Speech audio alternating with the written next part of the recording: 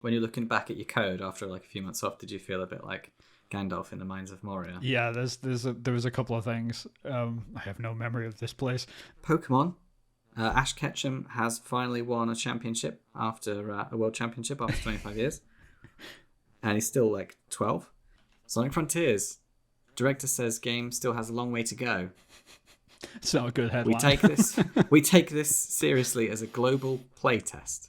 It's almost like they greyboxed the world, and then they greyboxed like elemental moving puzzles, and then just was just like, Right.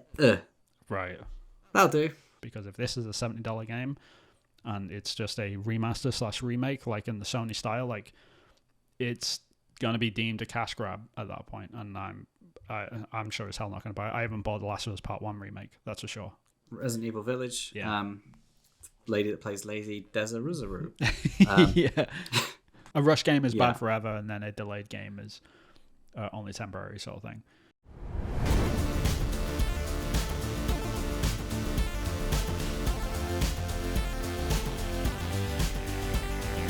I'm Ubisoft concept artist Vin Hill, and I'm joined as ever by the indie developer Christopher Jarvis. Hello. So today we have got a lot of little bits to get through. Loads of headlines. So what we're going to do is just sort of do not really a quick fire, but we just want to kind of, mull through them as quickly as possible, I guess. Might be a bit of a shorter episode. It might not be. Like, no one knows. We'll probably ramble on a little bit. We'll fill it out. We have to give the gab, hence the podcast. Give the gab. We do indeed. But how's it going, man? Yeah, no, it's going really well. Not too bad at all. Been able to play some more games this last week. How does that feel? Fun. Like, kind of. Like, I can't remember what that's like. It's been a while, so. And I've been playing a great game. We'll probably mention it towards the end, but yeah, I've been having a great time. Yeah, and it's not what you might think, viewers. It probably is, but yeah. How's the indie game going? Have you worked on it all over the last couple of weeks? Not really, no. Fair enough. No, and you know why. I've got something on the side working, it's brewing, it's coming along, and that's just taken up the evenings. So that's just had to take a bit of a side step. But I took your advice after a few episodes ago. You gave me some advice on the indie game, and I ran with it. But we need to do an indie game roundtable catch-up soon. There is actually stuff to show. Yeah. Because it's been a while and I have got stuff to show. How's your indie game going? I see. So there's been some updates. I got to, it's now Sunday. I got to open it yesterday, and I've been working on it for 2 days, which is glorious. How's that feel? Weird. I feel good. Trying to find code I've forgotten about 3 months ago and stuff like that. I posted up a video on TikTok, and there's just a bunch of kids is this all you've got? Blah, blah, blah, and stuff. It's hilarious. But yeah, it's going great. I got an animation in of my main character going into the bag and stuff whenever you hit the inventory button, so it isn't just it's still pretty snappy, so it's not slow or anything.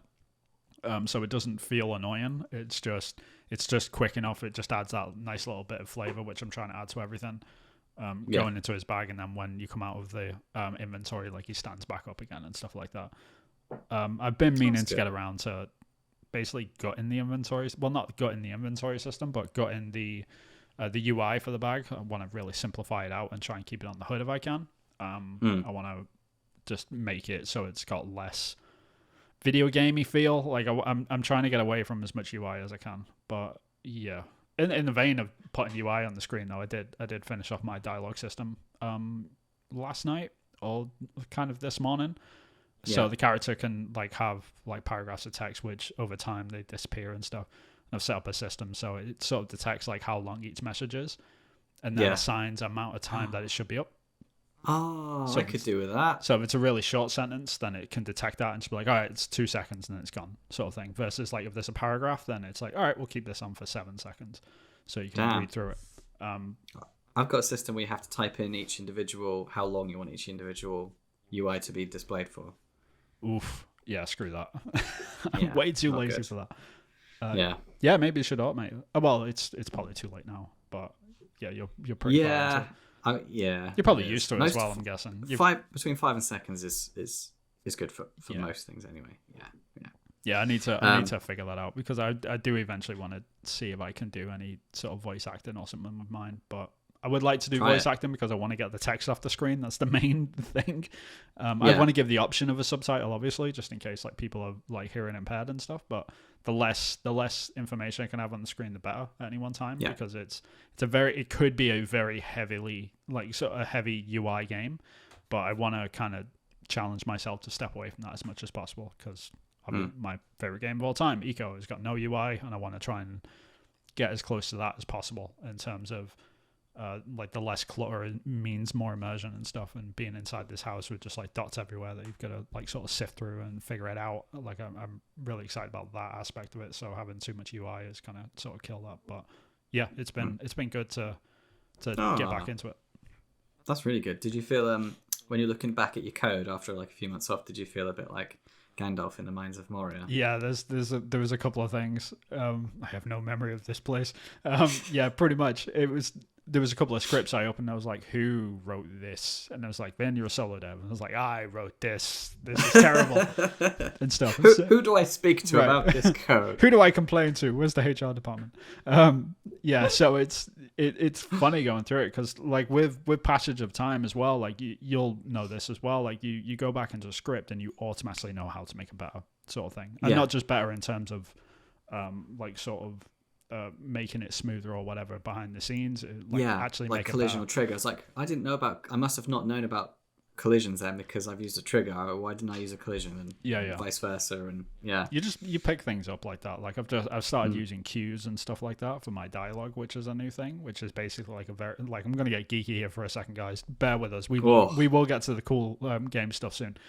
But there's basically a variable that you can put stuff into like as a list, and then it'll go through each one of them. So if you have like a stack of dialogue, you can put them all into a queue, and then it'll play them one after another, rather than you having to like manually like sort of trigger every single thing. You can just put them into a queue, trigger the queue, and then the queue will play them all for you.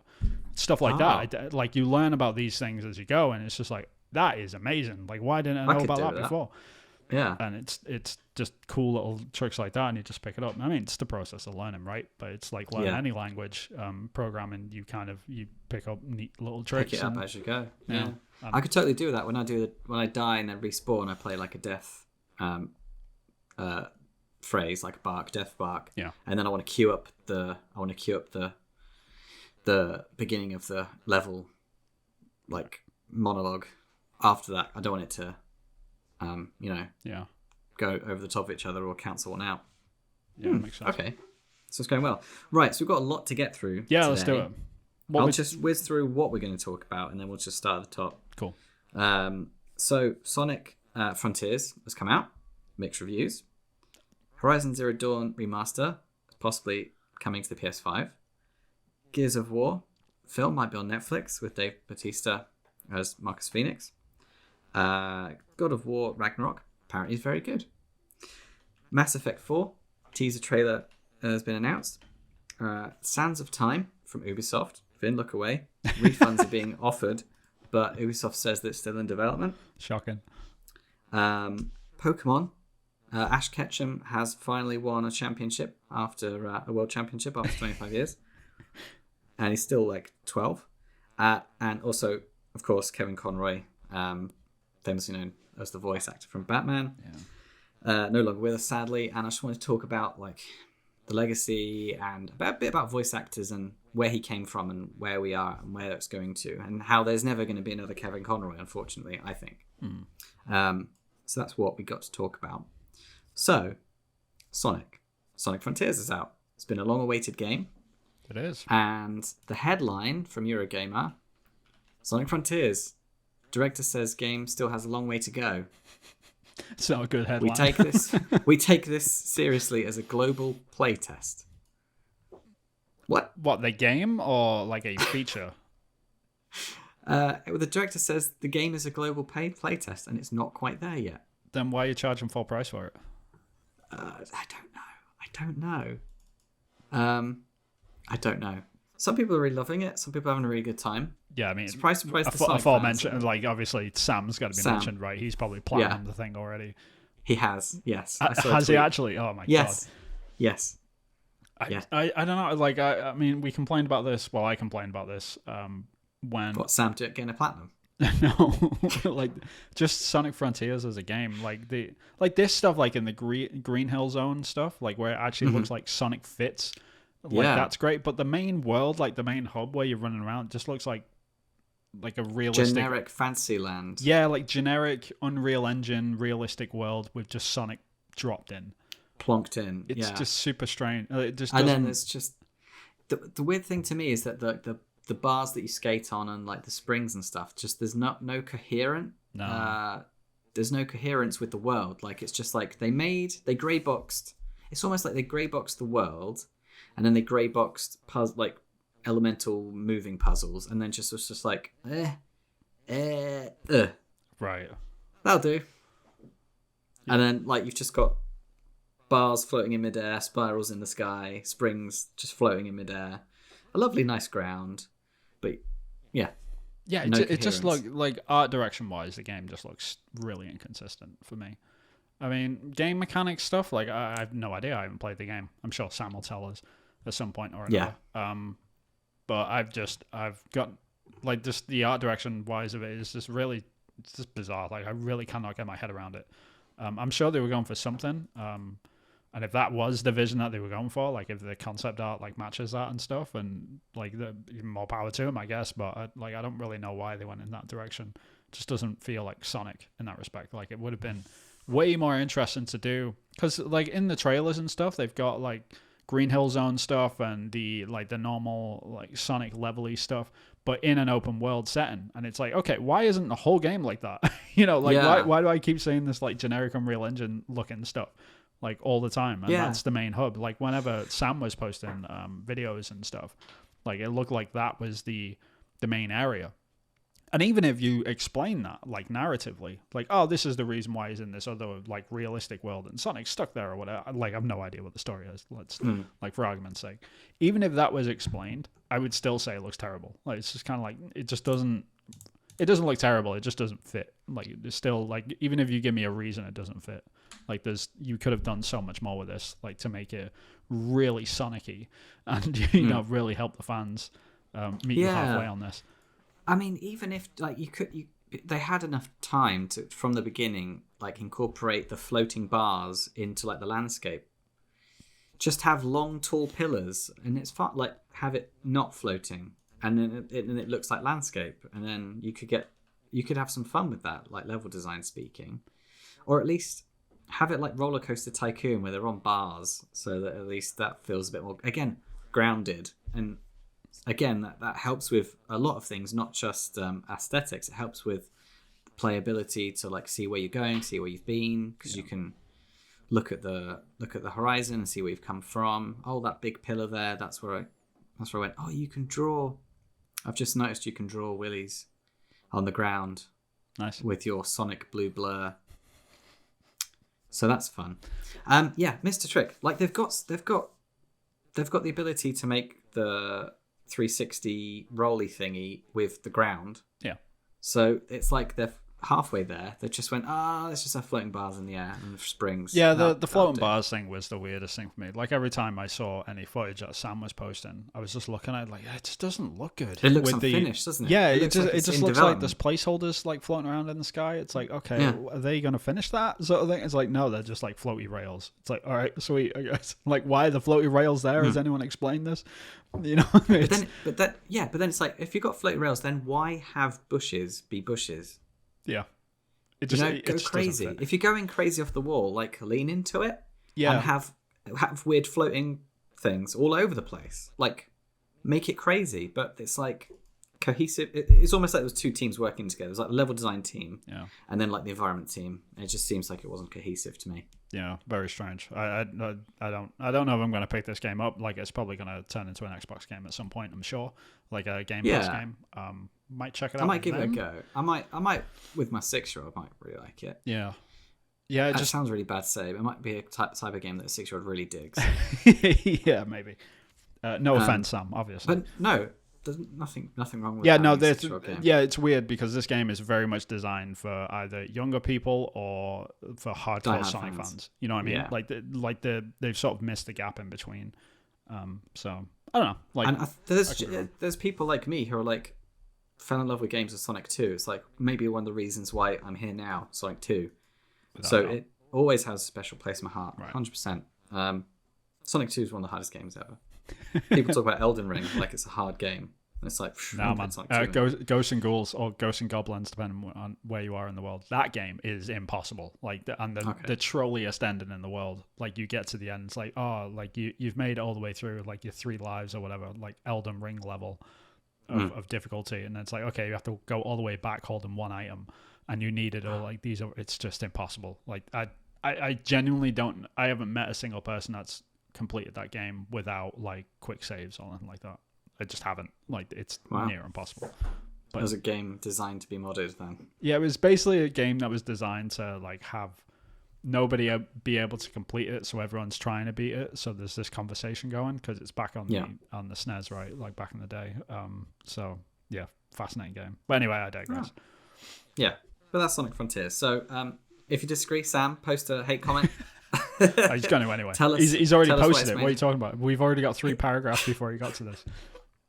He's done some videos on it, so I'm looking forward to his opinion. Because again, that's one of the good things about having all this technology is that you can look at a game and go, nah, it's not for me, but I can still get so much out of a fan, like fanning. Yeah. Like experiencing that love through someone else vicariously is still a joy. So that's, absolutely. I'm looking forward to that at least, and I'm glad that the fans are enjoying it. So that's good. Yeah, without doubt. So that was Sonic Frontiers, everybody. And then the next little tidbit we can talk about is Horizon. Apparently there's going to be Horizon Zero Dawn Remaster coming to the PS5. This is kind of like a rumor at the moment. It's only 8 months after the launch of Horizon Forbidden West, the sequel to Zero Dawn. From what I can hear, it sounds like they're trying to keep things in line with like The Last of Us remaster, where they're increasing graphical, shininess, like increased frame rate and upscaling, blah blah blah, make things look as nice as it can, and then also the accessibility features. They're going to go trying to keep it in line with The Last of Us remaster to have that Sony seal of approval. Like, hey, we're the company that do really good accessibility features, which is great. Yeah, I mean, they win awards for it every year. So yeah. I mean, yeah, sure, more power to them. But I don't know. Like, a bit weird. Is it a weird move? Like, is it a cash grab? Are they going to charge full price? What's the deal? A lot of it is dependent upon that last point that you've just mentioned. It depends on the price. If this is like a free PS5 update, then awesome. Thank you very much. I'll take it. Why not? Like everyone likes free updates. Sort of boost sales as well. Like you can really market that and say, hey, we've updated the game and we give it a fresh coat of paint. Like, look at this. Because it's done so well and because the sequel did so well. Yeah. Yeah, and we've got Horizon Zero Dawn 3 coming out soon or whatever, like Horizon 3, and that's, we need to sort of fill this gap, or there's something else and we want to like bring the whole package, like the whole trilogy to the PS5 or something like that. If that's sort of what they're going for, then cool, more power to them. If they charge $70 for this, there is going to be riots in the street because on the keyboards. Well, yeah, riots on the keyboards. There's going to be some broken keys, that's for sure. Yeah. So like, remember the conversation around The Last of Us and people saying, "Oh, is The Last of Us is it too soon for a Last of Us remake?" This is way worse, right? Because this is like 8 months. Yeah, the after the sequel, and how many years ago did the? Yeah, it's not like it's been 10 years since The Last of Us came out. When did Zero Dawn come out? It must have been like 2017. About 5 years ago? Yeah. Yeah. It was like it was 5 years ago. I mean, yeah. The way it's kind of misleading, to be fair to this article and stuff, and all the articles I've seen, like they've all been mentioning this as a remake / remaster. So it's probably going to fall into the same line as what they did with The Last of Us, with The Last of Us Part 1, where it's like people are basically debating an argument if it's a remake or a remaster. If they do that same sort of treatment to this, because Horizon Zero Dawn 2 and Horizon Zero Dawn 1 really don't look that different in terms of like fidelity and stuff. Obviously, like you could micro look into that. Like I'm showing screenshots here on my screen of like people sort of highlighting those details. But in the moment-to-moment gameplay, while you're playing the game, pass you by. You have no idea, man. Like it's just like flying by. It's like, okay, cool. There's like a few extra polys in the ears. You know, you are not going to notice a difference. I sure as hell couldn't tell the difference between Horizon Zero Dawn, Horizon Forbidden West when I played them both on PS5. I couldn't really see a difference other than frame rate. Like honestly, like I'm sure there's a lot of other stuff going on, and there's like you can go and watch Digital Foundry videos and stuff. But if you put those two games in front of someone like a layman and you just ask them like, hey, like which one looks better, sort of thing, they probably say Horizon Zero Dawn 2, but they won't be able to tell you why. Or Horizon Forbidden West. I'm forever going to say that.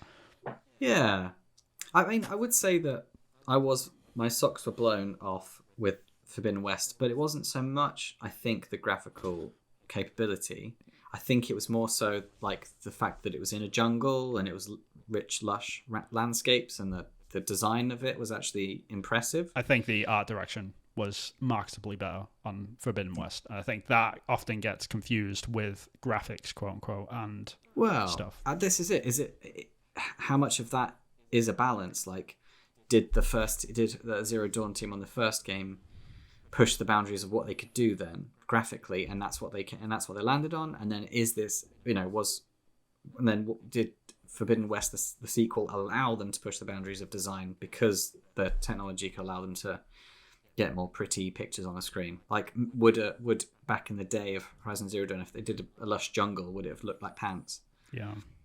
That's a fair comment, and it's like often it's hard, man. Like I really don't know what a remaster could look like. The only thing I can really think of is that if it is in the works, then it's probably an update or something, or like a remaster that's going to be, I hope, marked down a little bit, and they're going to use that's going to be the project that they're going to use to push the PS5 Pro. Like that is my assumption for this, because the timing works out. Because Horizon, that's what they did with Horizon Zero Dawn. Like when the PS4 Pro came out, that was the game that they pushed the PS4 Pro with, and it worked beautifully. Like they were saying, like, look at these new frame rates, look at this in 4K, it's upscaled, blah blah blah, and stuff like this. Yeah, and it worked great. It was a cool marketing tool. So like I can understand why they would want to do that again. It got me. Yeah. It got me. So maybe it's maybe that's the thing that they're going for, and that's what people might be missing on this, but. For the most part, it very, very much depends upon that price, because if this is a $70 game and it's just a remaster / remake, like in the Sony style, like it's gonna be deemed a cash grab at that point, and I'm sure as hell not gonna buy it. I haven't bought The Last of Us Part 1 remake, that's for sure, because I've got zero interest in buying a game for $70, which. And that's like your favorite game. Yeah, it's one of my it's in my top 10 games of all time. Yeah, like I love that game. I still not played the remake. Top 5. It's in my top 5 for sure. Yeah, I've not played it because I refuse to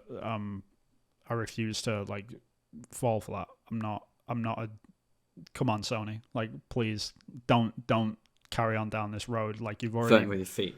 You've already raised the price of the PS5. You've already created this whole sort of Game Pass service, which isn't quite matching, because like it feels a bit like you're just leaning on the Sony fans, which, you know, fair enough, like that's what you're going to do. And then all the remakes that you've been making recently for full price, it's kind of like this is getting into a little bit of a gross realm now, and I'm not for that, so I'm kind of like trying to lean away from it and vote with my wallet if I can. But yeah, I mean, I'm all for like the $70 games, the new games. Like I happily pay $70 for God of War Ragnarok. Not a problem whatsoever. Same. Well, what did I pay? Was it 55 or 60 for the PS4 version? Yeah. Because everyone's saying the PS4 version runs fine. It just sounds like a jet engine. It's like, fine, let's be wearing these. Sure. Absolutely fine. Like, yeah. And it's only like the frame rate and a tiny little bit of graphical difference that I probably will not see. And I work in the games industry. Yeah, right. So, yeah. So we'll find out. We'll have to update when we get some more information. Absolutely. On that. Yep. So Gears of War. Dave Bautista went onto Twitter, or at least his marketing team or something like that.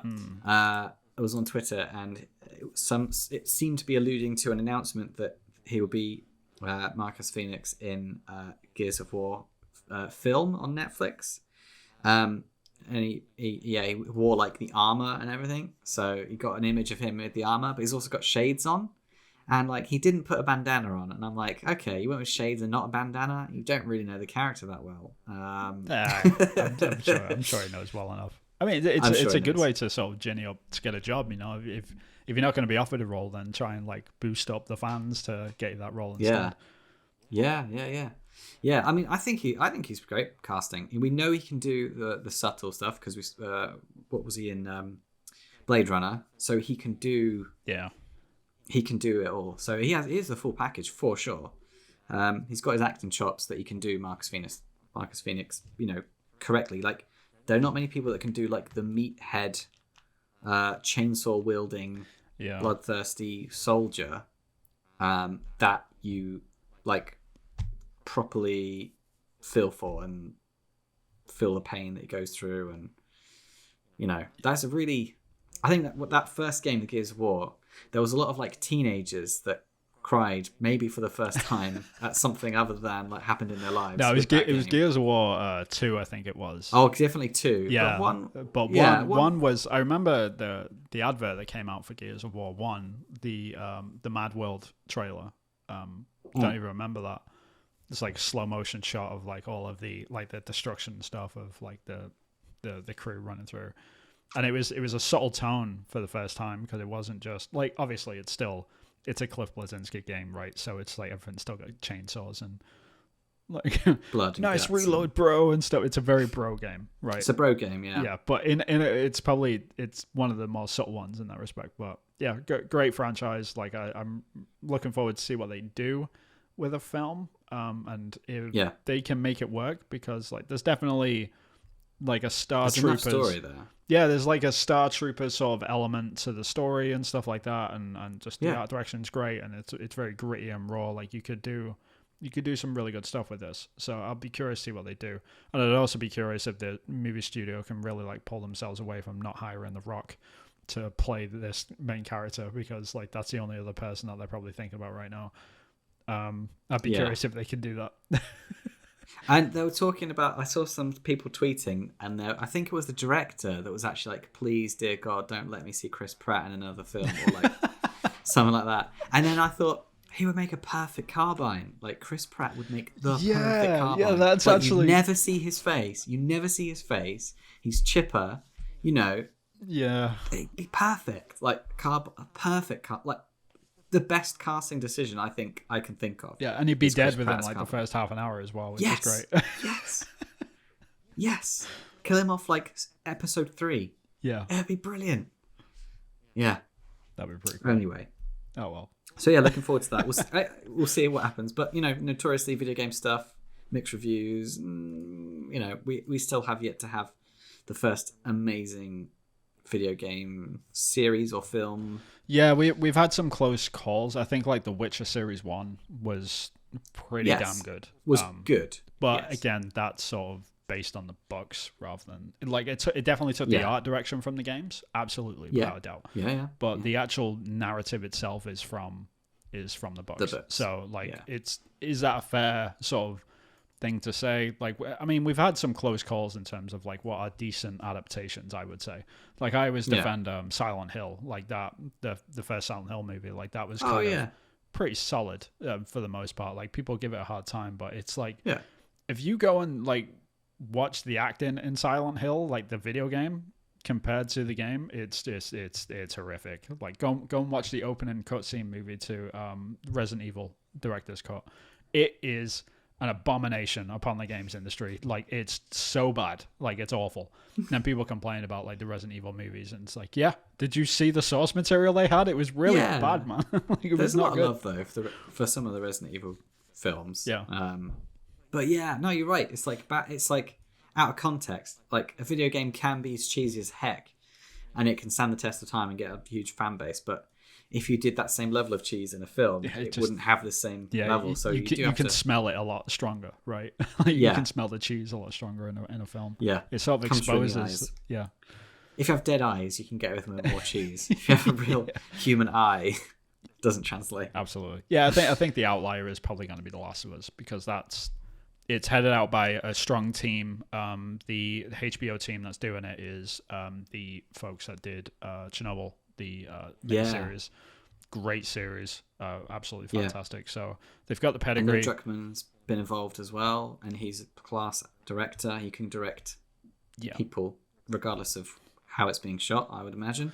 It's just, I would trust him. And it's a game that's just sort of suited for a TV series, so Druckmann will be good at doing, like, if he's just coming in to do like a couple of episodes, which I think that's my understanding of what he's done. He's not done like the whole thing. He's just come in and sort of put his finishing touches on stuff, which is great. But yeah.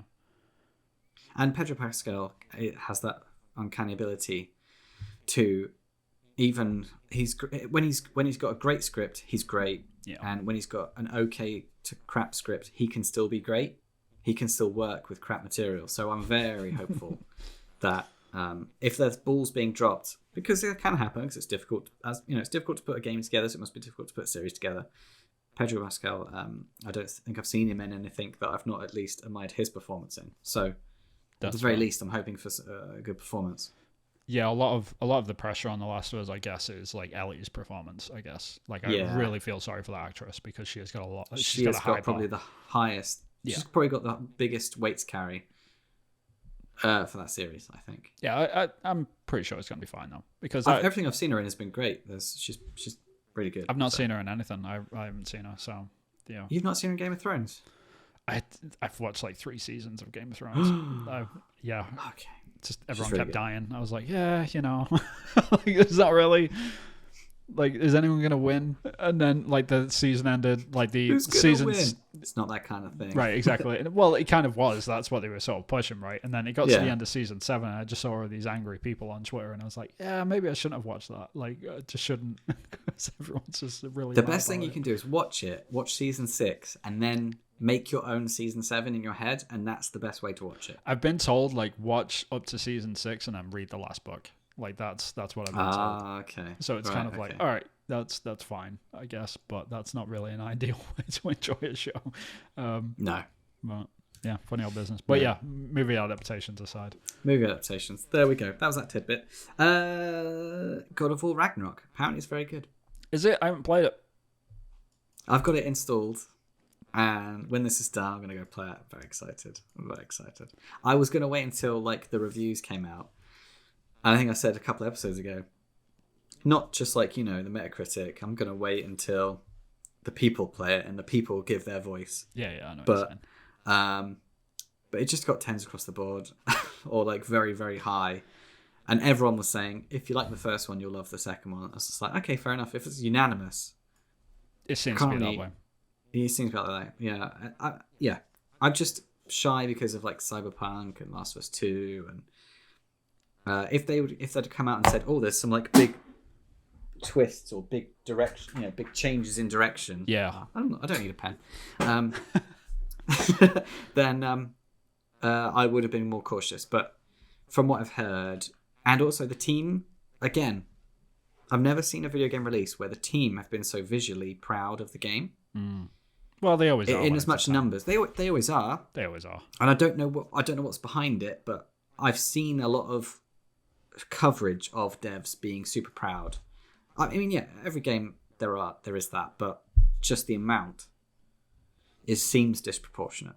And I've noticed that, and that's been a factor as to why I've bought it early. Yeah, I mean, Sony are pretty good at marketing that stuff like that. Like they'll pull their devs into a camera booth and be like, all right, what do you think about the game?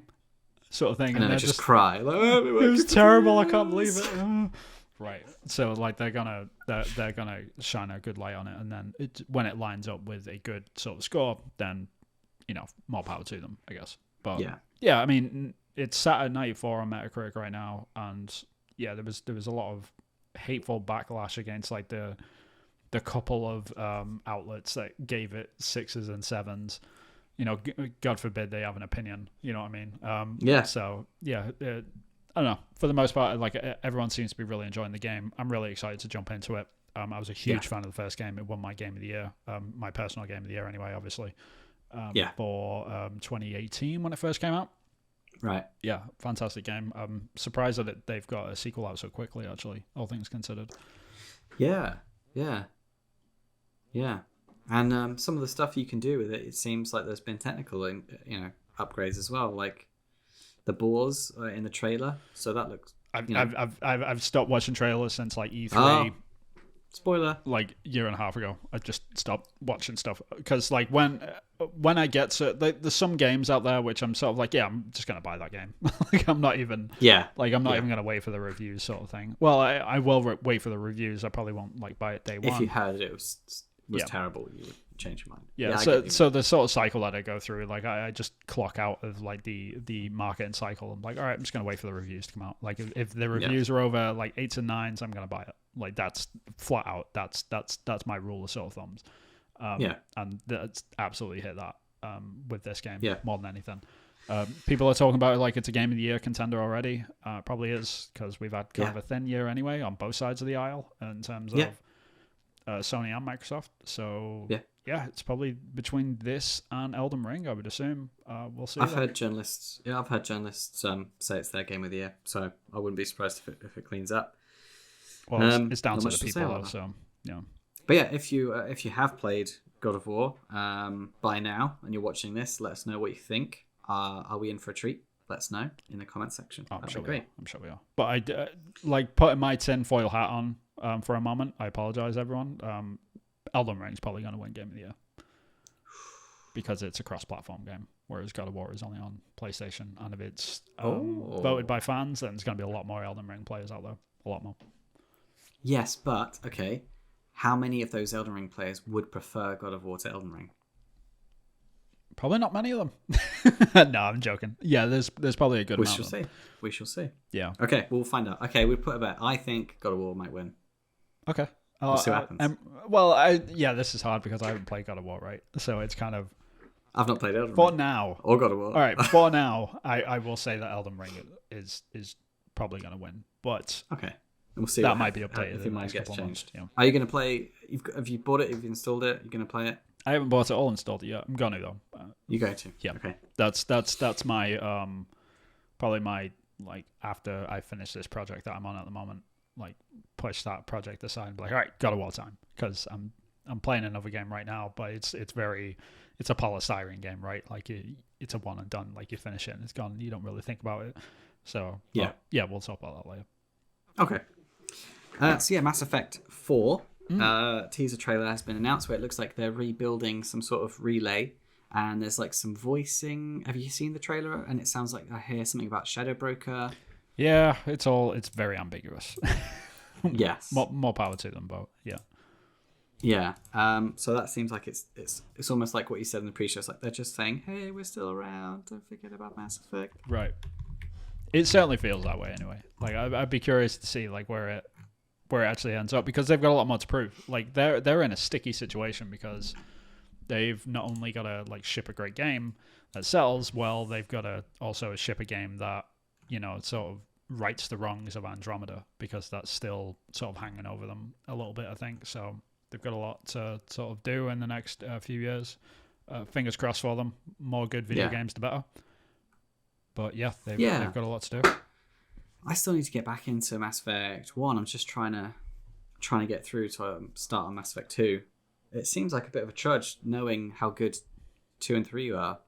For me, it does go 1, 3, 2 in terms of like worst to best. Yeah. So it's 2, 3, 1. I think 1 is worse than 2, 3. Really? That's the only one I finished though.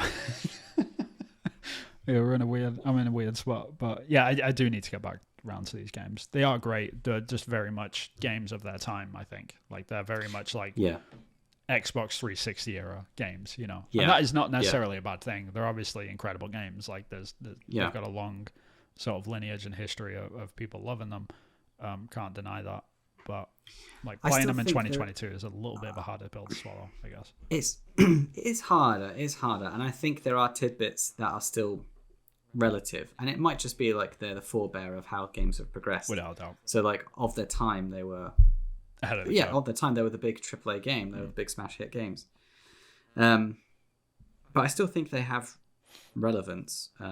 It maybe more so to like indie game devs, because now we're getting to that stage where an indie game team could put something together as good as Mass Effect 1. I agree. Arguably better, with a smaller budget.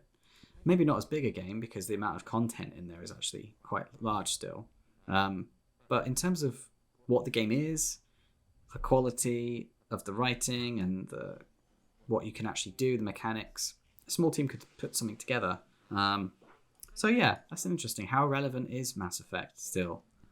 Yeah, I mean, you'd have to play all the games, Vin, to actually make a properly informed decision. Yeah, probably. You got Martin Sheen, in the third game. He's got some like freaking great acting. I remember it coming out and everyone was talking about it, and I was like, yeah, I just haven't played the first two. And then the third one came out, and it's same thing with Game of Thrones, right? Like everyone was angry at the third game, and I was like, all right, I guess I'm skipping that trilogy. And it was just that's what tipped me over.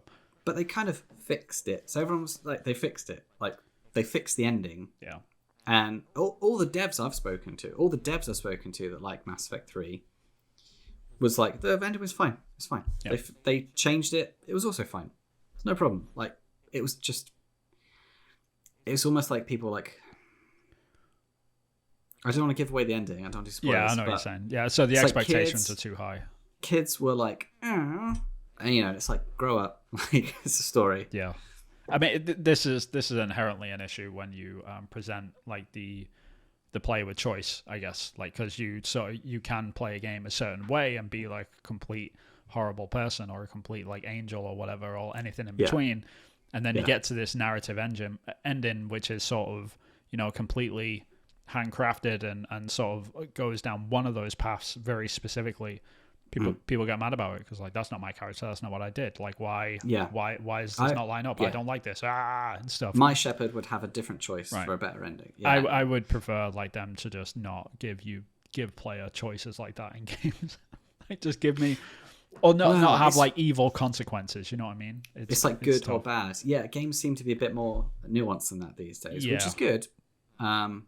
Which is good. I shouldn't have used that word. Which is nebulous. Yeah, there you go. It's good catch.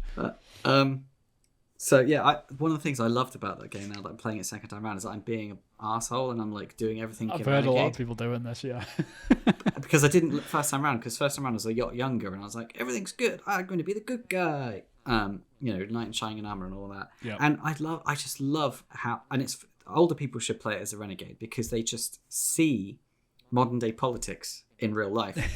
Like you're just a hypocrite. Like you're xenophobic, you're racist, you're like alienist or whatever the term is. Right. You hate everyone in your arsehole, and yet you hoard these superpowered aliens onto your spaceship and go around doing whatever hell you like, killing everyone that you can kill, and you can get away with it.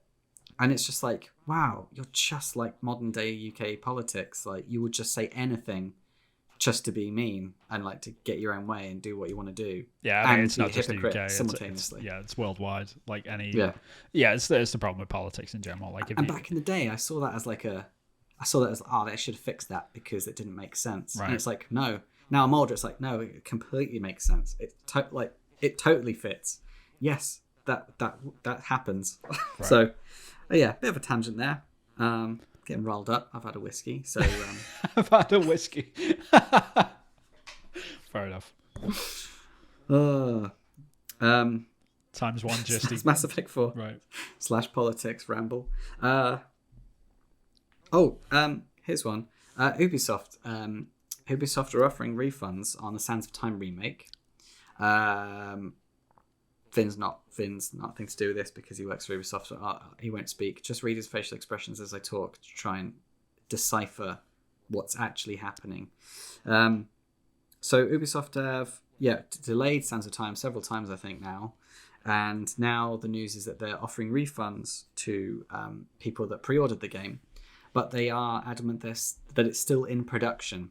It is. So for me, inferring things, obviously I don't know anything, Vin's not said anything, that to me would suggest that it's just exactly as they say, there's been a delay, so there's been some sort of hiccup which has meant that it's going to take longer. Well, the news came out that it's changed hands to a different studio, so that was ages ago though, wasn't it? That was about a year ago.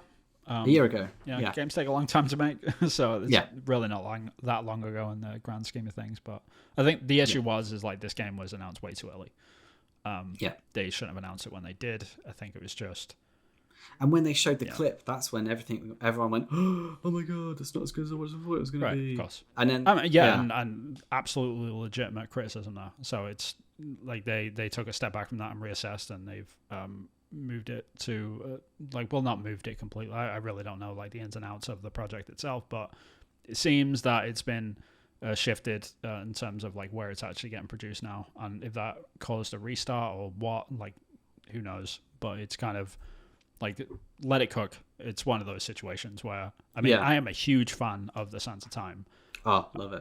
One of like I think it was Ubisoft's like first game of the year that they won. Like back in 2001, like back in the day. Good times. An amazing game. So like they need to do it right. So I'm let it cook. Whenever I hear that, it's always a relief. Like whenever I hear news like that, for me it's always like, oh thank God, because the worst thing they could do is cancel it. And so it's like them taking steps to get it nice. So be thankful. Do you know what I mean? Yeah, like, let it cook. It's hard. Games are hard.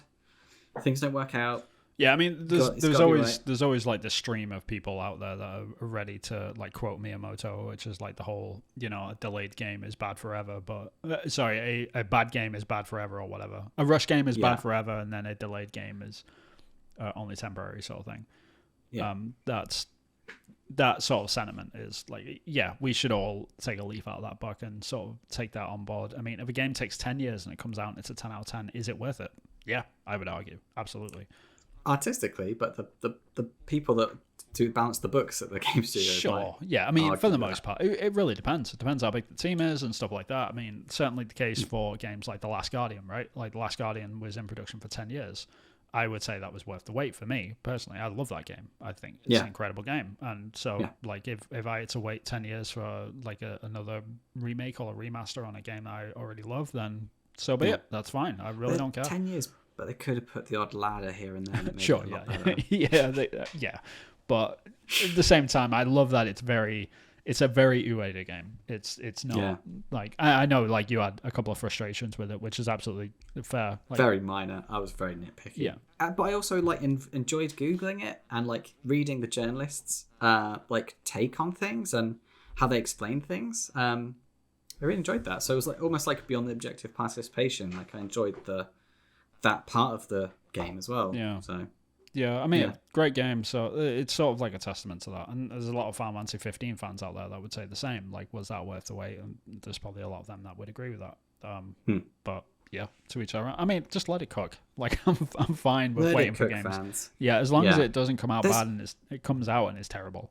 Like this is it. No one has sat there with nothing to play. Right. Everyone who's like a gamer has a back catalogue. Yeah. So what are you moaning about? Do you know what I mean? Yeah, my back catalog, it only gets bigger by the day as well. That's the problem. Yeah. Even this year has been one of the worst years in video games ever. Like, it's been really bad this year. And that's obviously because of the economy and like post-pandemic and stuff like that. There's just a lot of things that came to a head that made a lot of games kind of hard to come out this year. Like Starfield got pushed and Hellblade 2 and stuff like this. There's a lot of stuff from Xbox, and then there's a lot of stuff from PlayStation that's probably in the pipe that should have been out by now. So it's kind of like, it's been a great pretty bad year. For back catalogue. I can think particularly busy though. Yeah, I mean, it sort of landed well on me, but like objectively speaking, it's like nobody can really say it's been a good year for gaming because it hasn't. Like, there's been a couple of good games, don't get me wrong, but like objectively taking a step back, like there's not been that many heavy hitters outside of Elden Ring and God of War. Like and the biggest like, what are you going to play first? Yeah, Sonic Frontiers or God of War. That's the biggest. Yeah, that's nuts. The biggest one of the year, isn't it? And the fact that we're in November now, and this season is we've obviously had a couple of games like Requiem come out, Plague's Tale looks great and stuff, but it's not hitting like people as high as like what a God of War would be. We normally get like a good handful of these games every season, like in terms of like towards the end of the year, and we've only had one, and that's God of War, and that's like we're towards the end of it at this point. So it's kind of we're in a weird spot. So it's objectively been a quiet year.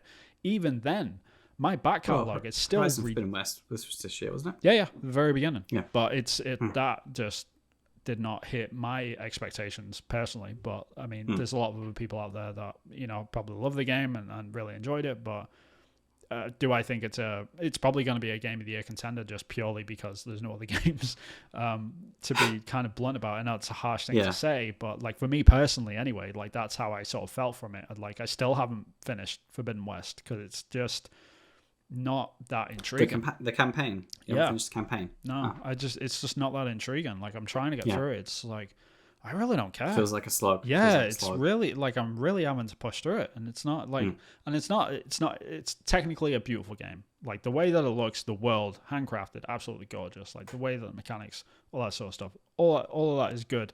It's just it's very very similar to Horizon Dawn. It's just Zero Dawn, like this and Zero Dawn are very very close, and it's too close to the point. It just feels like a DLC almost. It feels like I'm playing Horizon Zero Dawn still, you know, like it doesn't feel like a new experience. Like they've added a couple of things in there which could have been in a DLC sort of thing, but I've not really seen anything that sort of like opens up. They could have done a lot more with it, but I don't know. Like I might be in the minority there, but it just didn't feel like it's difficult to do that whole this is so important, the rest, you know, you've got to save the world, this is the most important thing, you're the only person that can save the world, there's a big bad robot, and then it happened again, or like you didn't quite do it, you know, you've got to deal with that. That's a hard game to make. I wouldn't know what to do with it, that's for sure. I'm not like I don't envy those folks over there trying to like look at the third game right now, just be thinking, all right, what are we gonna do?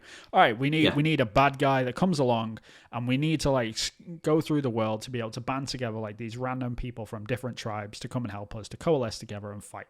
And then someone's like, didn't we do that in the first game? Shut up. Like, it's fine. Well, and the second game, would you be quiet over there? Like, we're going to do that, and it's going to be awesome. We need more tribe. Yeah, we need to try to go, we need to do the Forbidden North, or the, and then the South. And there's going to be, like, we're going to try and, like, put as many allegories in as we can of the real-world situations and stuff. It's like, all right, fine. Like, I get it. But at the same time, it's kind of like, guys need to think about something to make it just a little bit different.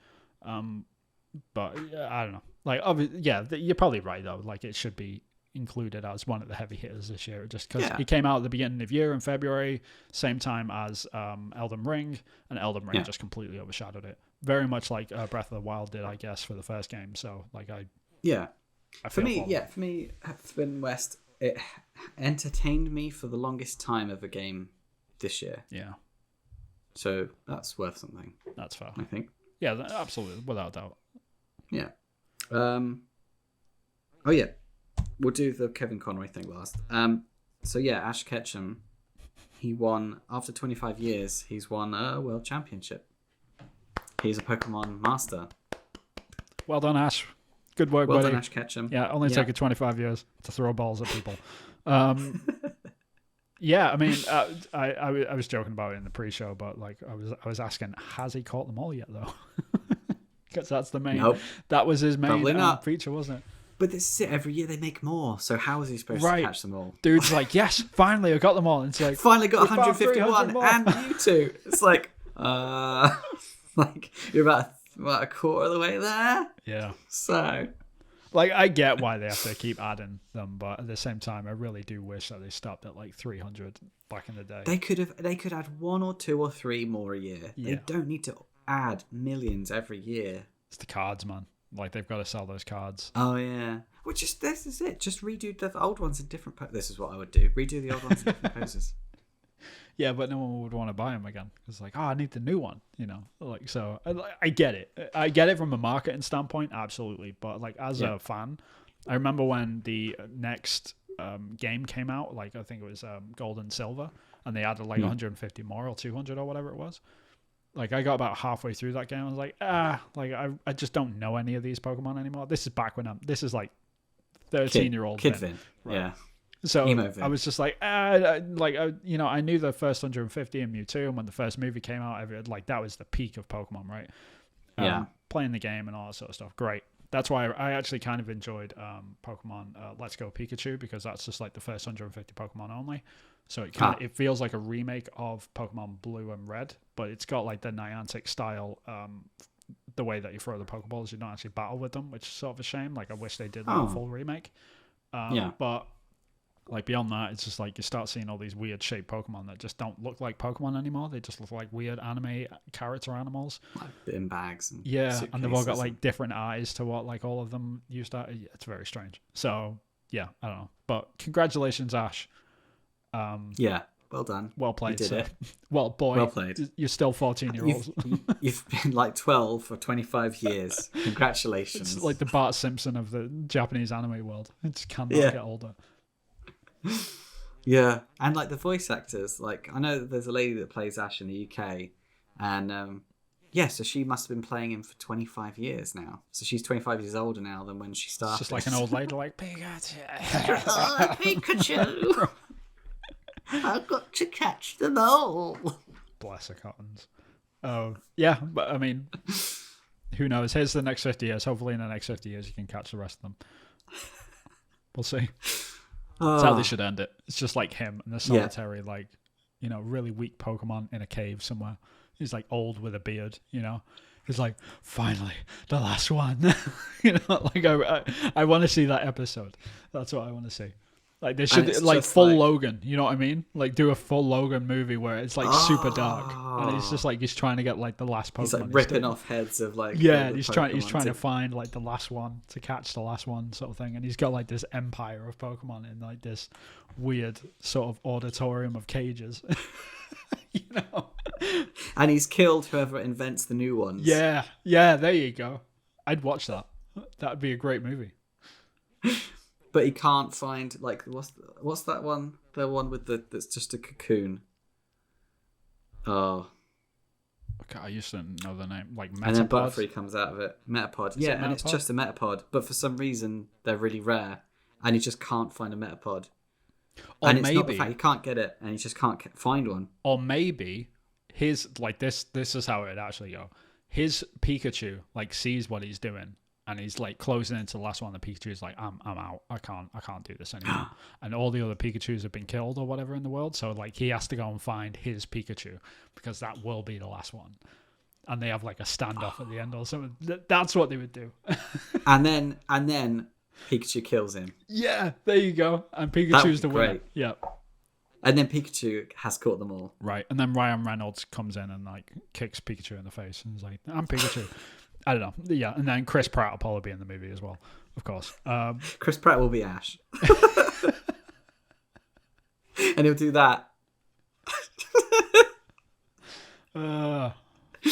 Gold. Oh. They should make that film. That'd be good. Like full Logan Pokemon movie. So if you're listening, Pokemon. I don't think they are. Okay. I don't think they are. But anyway, yeah, we should move on. So that was quite funny. And then on to the sad news. Indeed. Kevin Conroy passed away, age 66. Very sad. So if you don't know who he is, he was the voice of Batman through, Batman, the original animated 90s series. Was when I first heard his voice, and that's who I grew up with. That's my voice when it comes to Batman, and most people as well would be like, yep, that's how they know the voice of Batman. Yeah.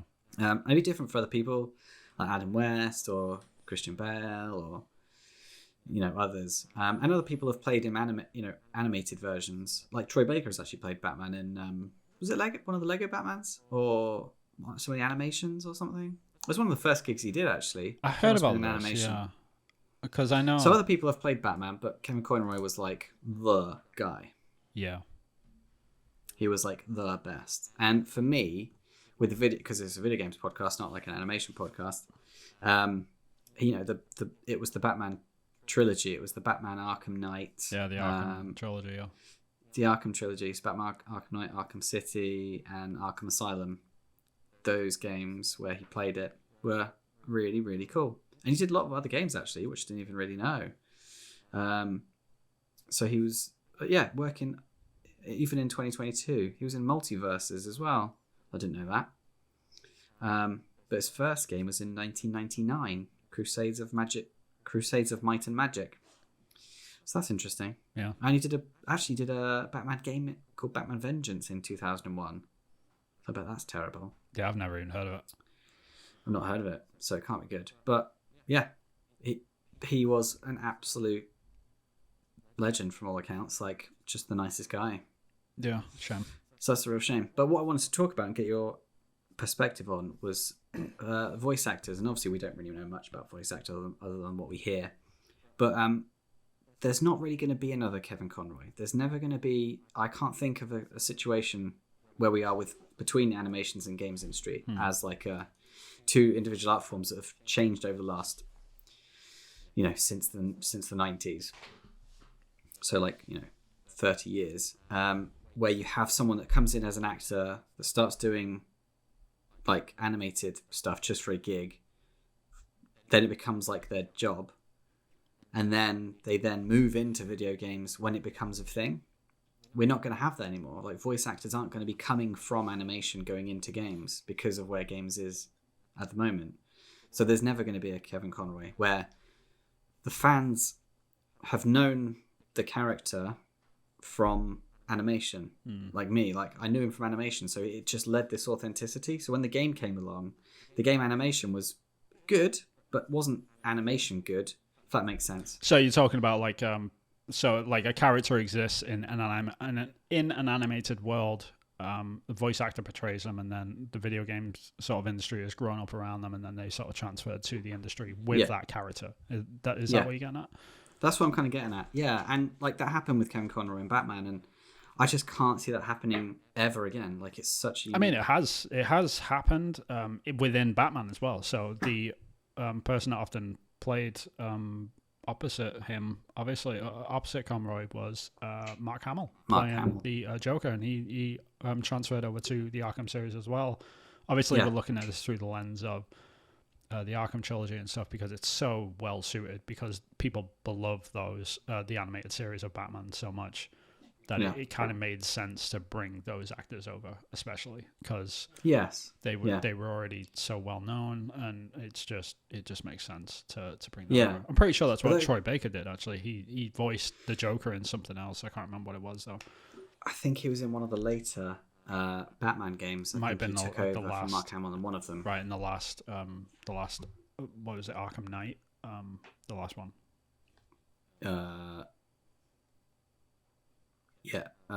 Yes, 2015. Yeah, I believe so.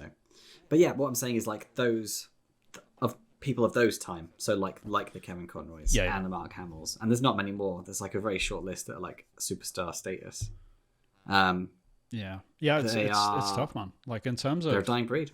Yeah, in terms of like where the industry is, it's kind of shocking like how far we've come, like in such a short space of time, in terms of animated films and stuff. Like, when you were a kid in like the 40s or whatever, animated films really didn't change like in its art form that differently. It obviously did, like it improved and stuff like that, but for the most part, from like the 40s up until like the early 90s, like you were pretty much still seeing hand-drawn images on screen, just like animated through and with voice actors over the top of them, whereas the games industry has like gone far beyond all of that within a space of a quarter of that time.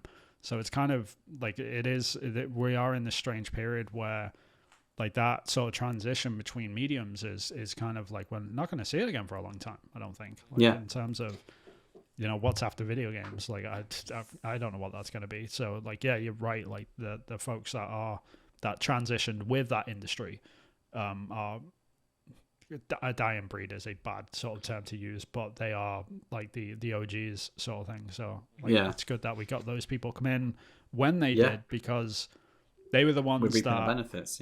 We're reaping the benefits. But I mean, they like there was a lot of bad voice acting in the early days of video games. Like, we have to be sort of objectively blunt about it. And when the people came over from the animated shows or from the movies or whatever like that, and actually came with those and actually had the confidence to go into the video games industry, or like the publishers had the confidence to pay the money up front to get those voice actors to come over, like that took a lot of guts, because like video games were like just this niche little thing that nobody ever did. So for them to have the confidence to come over and sort of lend their voices quite literally to that and allow it to be put on the same level as the animated series, like stuff like that, that's I'm sure that's why Arkham Asylum, especially like the first Arkham game, is held in such high regard just purely because like it had that pedigree of people come over with it, including Conroy. So yeah, and it's such a like they were able to make a living with their talent. Like they came over from cartoons, and there was more money in it. It's not like like movie star money, of course, but you could earn a living. And what I'm hearing now is that gigs for voice actors. Well, when we had the Lady Dessa from the Resident Evil Village, lady that plays Lady Desiree. Yeah. She didn't get much money, I didn't think, for that. And with Bayonetta, you know, the amount of money that the voice actor from Bayonetta was getting, like, what, 13,000? Yeah, there was a lot of controversy around that. I'm not entirely sure like how accurate like all of that reporting is yet, because there was a lot of conflicting reports on that as well, like from what she said, because she obviously came out on Twitter and said X, Y, and Z. Like I wasn't cleared things up. I was only offered like X amount, and then but it turns out like it was like a really small contract or something that she was like offered originally or something, just to like fill in some. I don't know all the details, so I'm not going to regurgitate it, but still wasn't a living wage. No, without a doubt. But I mean, like going anyone listening to this should probably go and check out like the conflicting reports, because for all I know, she might have been offered a full wage. I've got no idea. So yeah, God knows. So yeah. But that's something I want to try and get into if I can, like do it as like a filler gig, like here, there, and everywhere. Do a bit of voice acting on the side, get a bit more money in. I think that'd be kind of cool thing to choose do. a lane, Chris. I know. Stop trying things out. Stick to one. I know. I can't help it though. I'm just so creative in. What can I say? I just want to turn my hands. Shut up. Anyway, what video game have you been playing? Let's talk about this. Let's close out. Plague's Tale Requiem. Ooh. Oh, how was it? God, so good, so good. Like last week, I was saying I was playing it and it was really good. Now it is so good. Like the bar is just ratcheting up, and it's just getting more and more epic and more cinematic, and very cool. I'm loving it. That's good to hear, because really cool. I'm really excited to play this game. Love the first game. I only played it like I think at the beginning of this year, maybe. Absolutely adored it. So I'm really excited about the second game. I've heard it's really great. So it's good that you're enjoying it. My only criticism is that some of the puzzles, I think they're puzzles, and I think they're really hard, and I get around them just by running around. And I don't think the game wants me to just run around and complete the puzzle. So you solve them by accident? I solve them by accident by just running hell for leather through all of the enemies, and they're chasing after me, and then I just get through a door. And I think they want me to like pick people off one by one and figure it out stealthily. And I'm just like, and I just run away, and then I get through. I'm like, oh, okay, fine, I win. And sometimes they like get her, and then I can see the sword poking through the door and stuff. But I've closed the door already. It's like, you can't get me. I've closed the door. Like, that's it. And then she goes, and then she just talks like really normally, like as if nothing's going on. That's my only criticism. Love it. But apart from that, it's really, really cool. Yeah. Awesome. Yeah, you're in for a treat. So this is it. I'm conflicted now because I'm not going to play Plague's Tale Requiem for... I'm probably going to play Gears of War until it's done, so I'm going to be putting that down for a while. Don't mean God of War. You definitely said Gears of War. That'd be a God weird thing to jump to. I just jump onto Gears of War randomly. Like, oh, okay. God, you really don't like that guy, do you? The one that you want to see shot. But yeah, I'm really excited about Plague's Tale Requiem. Like I'm glad that it's worked out for that team, because they are a small team. They've probably expanded and grown by now, but yeah, it's good to see that they're seeing success there. And there's improvements on every single aspect that I can see, like sound design, level design, the environment work. How's the character animation mechanics in this one? Better improvement. Yeah, good. Yeah, that was my only real complaint about Plague's Tale. The like first I'm not one. Clipping through tents and things. No, I mean just like the actual animation and stuff. It felt very stilted in some areas. Like the actual character. Like I'm sure they only had like one person animate all the characters, so they must have been absolutely strapped. You know, God bless them. But I'm hopeful that they've got like a full team to help that person out now. Yeah, it's better. Good to hear. And it's not like. You can tell it's not like AAA, but it's damn near close. AA. It's getting there. Yeah. It's getting there. This is is really getting there. This is the great thing about game engines like getting better and better. Like this is why, like when gamers ask, like, okay, what do all these features get us? It's not that they make the game better; it just allows smaller teams to be able to get to the same level as the AAA people. Like that's what's important. Code as much stuff, you can have more artists to actually build things. Yeah, so you can focus on the stuff that really makes stuff look good and really matters in a AAA space. So like a Plague Tale, the first one, and Hellblade especially as well. Like AA teams doing great jobs with the engines that they've got, and this sort of allows them to bypass a lot of the. I don't really want to say like the mediocre work or anything like that, but the work that has been solved previously throughout other games and that we're just constantly having to remake every single time we're making a game. It's like, why aren't these systems just in place? And that's where the game engine comes in and really sort of massages that in, so we can get to that point where smaller and smaller teams can get to a really good place, which is great. Like really good news. I'm glad that they're doing great. What was it built in? Do you know? Plague Tale. Probably Unreal, I want to say. Let me see. I'm gonna guess it's probably gonna be Unreal. What's it gonna be? Comment down below before Chris finds it. What is it? What is it, Chris? It's not coming up. All right, fair enough. It was made in a game engine anyway. It was made in a game engine. Yeah. Oh well. But yeah, the only game I got to play was I put a couple of hours into Modern Warfare 2 yesterday. Been playing that. Oh yeah, any good? Yeah, it's not bad, Like it's actually a pretty decent game. In terms of it was made in Unreal Engine 4, just so you know. I just found it instantly. How rubbish are you? Yeah. You've got that Canadian search engine. What can I say? Right, yeah, because that's way better with all the maple syrup keeping it going. But yeah, Modern Warfare 2, it's very, very Call of Duty. It's very AAA, it's very blockbustery, a lot of set pieces, has typical betrayal and, like action moments. Twists. Yeah, there was an interesting level in there where like everything was sort of dependent upon stealth, and you lose all your weapons as like you're playing as Soap McTavish, like everyone knows who that is if you've played Modern Warfare.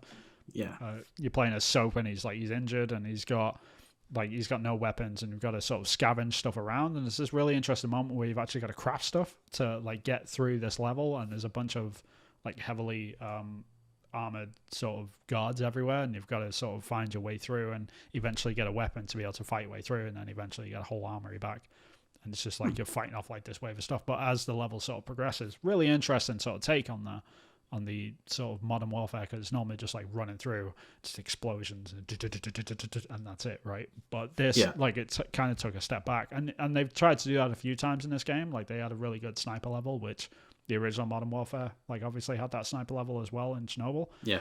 But it's kind of a similar vibe to that, but a lot more methodical and a lot more long range, and you've got to sort of like figure puzzles out in terms of who you're gonna take out first and things like that, and actually working together with like the person that you're with in the game.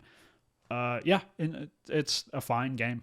If you're a Call of Duty fan, you probably already bought it, but if you're not, then it's a solid. Worth one of the ones to pick up. Yeah, it's a solid campaign. Is it worth $70? Probably not. Like I'd probably wait until it goes on sale a little bit. Like it's definitely a $50 game, I would say. Or wait for the acquisition from Microsoft to go through so you can get it for free. I don't know.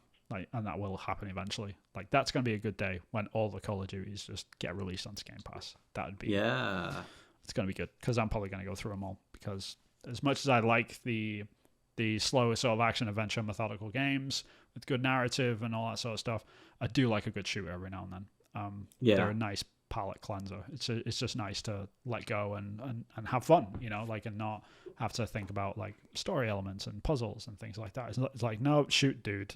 Just go around, go that way. I'm in the war. This is amazing. Yeah. And it's nice to have a game like that sometimes. But overall, yeah, solid game. Nice. I think we're done then. Sweet. Let's wrap it up. Let's get out of here. Yeah. Let's go play God of War. Thank you for watching, everyone. I won't. Thank you for watching. If you could subscribe, that would be great, because most of you aren't. Leave a comment and thumbs up and the bell icon and all that good stuff. We're going to try and do a roundtable soon for our indie game stuff if you're interested in that. You can find my indie game if you want to wishlist it on Steam. It's called Focus Find. It's a 2D puzzle platformer. It's an introspective journey through grief. You can find me on Twitter, Acrylic Pixel, YouTube, Acrylic Pixel. You sounded way too happy about that. I'm sorry. I've got a Patreon page as well if you want to support the production of the game. The manufacturing. The manufacturing. Publishing. Yeah, I think that's about it. What about you, Vin? What can we Google to find you? Yeah, just Google Hillfort Games. You will come across me. I'm the plague of the internet at this point. I apologize. But yeah, Hillfort Games. I've got a game that I'm making at the moment called Long Gone. You can wishlist that on Steam. Really appreciate it because every indie dev, especially solo devs, really like wishlists. They really help us out, help us get kicked up in the algorithm. So when we are actually releasing the game, they get higher up into the system on Steam. So more people can see them and actually buy the things, which is great. But other than that, you can find me on Twitter, TikTok, Hillfort Games, same thing. And yeah, obviously here as well. So yes. Okay. And then hopefully we'll be around this time next week. Indeed. Until catch us then. Ta-ta. Bye-bye. All right. Beautiful. Oh, thank you, Chris. I appreciate when you send me the compliments. I'm no. Okay, fine. That's fine. Hi everyone, and welcome to the Polygon Forest.